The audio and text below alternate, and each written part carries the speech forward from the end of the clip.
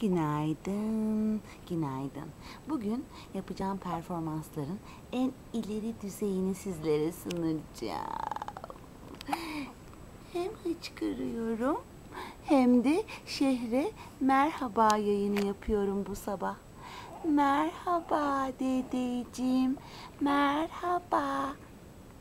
Merhaba dayıcığım, merhaba. Bu sabah nasılsınız bakalım? Ben çok iyiyim. Hıkka yapıyorum. Evet, hıçkırıyorum. Ay, şu anda yayına gireceğim için kulaklığımı takıyorlar bana. Evet, bugünkü yayınım sizler için. Ankara'ya gidiyor ilk şarkımız. Ankara'nın bağları mıldır miyav hıldır yav lıldır liyav lübü lübü lübü bu yolları adlı şarkıyı dayım Meriç'e ve dedem Doğan'a yolluyorum.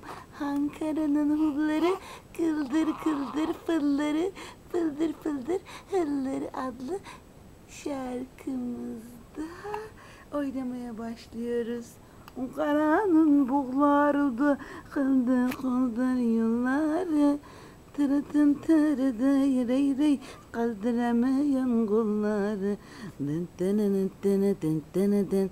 Ankara'nın buğları da hıldır hıldır yolları ne kadar sürhe şöldün de kaldıramayan kolları kaldıramayan kolları.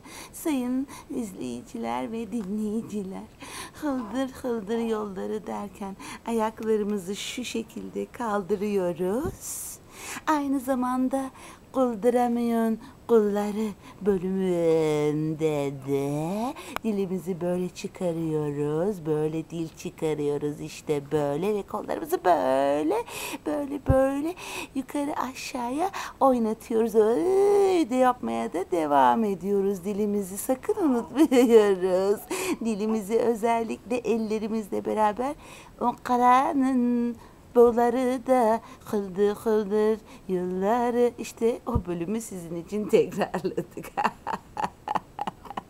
Efendim, bir İstanbullu Minna'nın Ankara'ya olan sevgisi ve saygısı üzerine bir şarkı.